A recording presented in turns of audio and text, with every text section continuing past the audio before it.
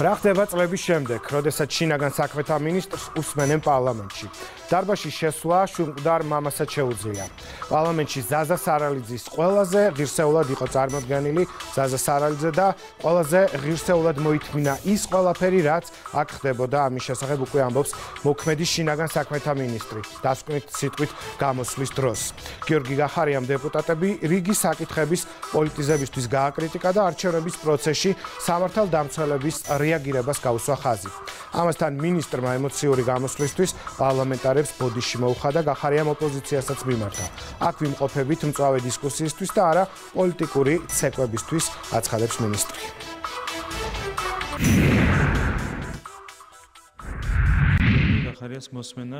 პარლამენტში რიგარეში ვიზიტისთვის შინაგან საქმეთა მინისტრმა სახელმწიფო გუნდისგან მადლობა მიიღო.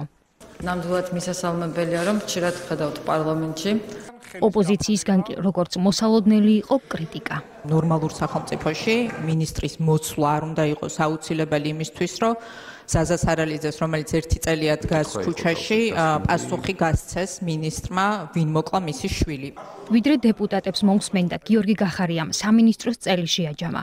რამდენიმე მთავარი მიღწევა დაასახელა.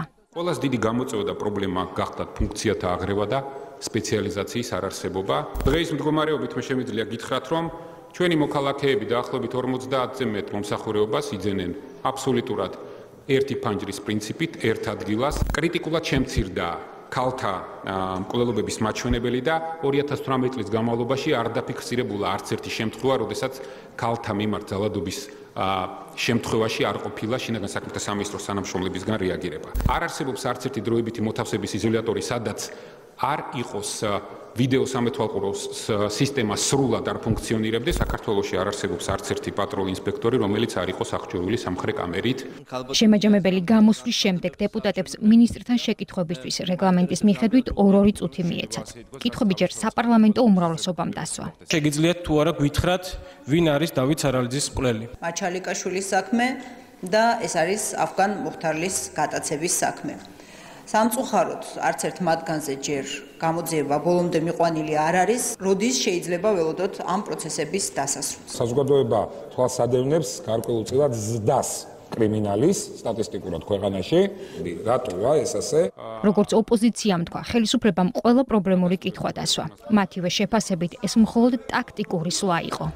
გადაწყვიტეს, რომ თურმე დაასწრონ ოპოზიციას და დასვან ყველა მწვავე შეკითხვა, რაც კი არსებობს. ოპოზიციას არც მინისტრის საქმიანი პრინციპულობის სჯერა. ახალქალაქის შემთხვევაში აი ესე მივიდნენ, ბეისბოლის მიტებით შეიარაღებული, შეუვარდნენ ოპოზიციის ოფისში ხალხს, დაასისხლიანეს, ცემეს, მანქანაც მათ შორის დააზიანეს და არც ერთი ადამიანი არ არის დაკავებული. თქვენი პრინციპულობა პირველ რიგში ფარცხალაძეზე უნდა ვრცელდებოდეს, რომელიც დიახაც თავს დაესხა ხელისუფლების უმაღლესი თანამდებობის პირს და წარმომადგენელს. კონკრეტულ კითხვებზე იყო კონკრეტული პასუხები, მაგალითად წინა საარჩევნო ინციდენტებთან დაკავშირებით. ყველა შემთხვევაზე შინაგან საქმეთა სამინისტროს მიერ იყო დაწყებული გამოძიება. სისხლის სამართლის დევნა არის დაწყებული 26 პირზე და სამწუხაროდ დიდი ნაწილი ამ ხალხის არის მმართველი პარტიის წარმომადგენლები. ვცნობ თუ არა პასუხისმგებლობას იმაზე, რაც მოხდა 16 დეკემბერს, როდესაც თქვენი უწყების მიერ სრულიად არასწორად დაგეგმილი პროცესის შედეგად დაირღვა საქართველოს მოქალაქეების კონსტიტუციით დაცული სულ ცოტა 3 მუხლით დაცული უფლება. მე ვარ პასუხისმგებელი იმაზე, რაც მოხდა 16-ში და 16-ში მოხდა მარტივი რამ. ზოგიერთმა ოპოზიციის წარმომადგენელმა წინა დღეს დაანონსა, რომ ინაუგურაცია იქნებოდა ჩაშლილი და ინაუგურაციის დღეს თავს დაესხა პოლიციას. ჩემთვის ეს საკმარისია იმისთვის, რომ საერთოდ არანაირი კითხვის ნიშნები არ მქონდეს. მინისტრისგან ასევე პირდაპირ პასუხი მიიღო ნაციონალურმა მოძრაობამ კირკიტაძის დაკავებასთან დაკავშირებით. გუნდი ფაქტს პოლიტიკურ დევნად აფასებს. თუ სადმე რომელიმე კადრში აღმოჩნდა კიდევ ერთი ფაქტი, ან დამატებითი ფაქტი, პოლიციელზე ზემოქმედების ფიზიკური, ამას მოყვება ის შედეგი, რაც მოყვა ბატონი კირკიტაძის შემთხვევაში. და სხვა აზრი არ შეიძლება არსებობდეს. დებატი კონსტრუქციულობას არაერთხელ გასცდა. ბატონო გიგა, მე არ ვიცი უბრალოდ რა გიპასუხოთ რა.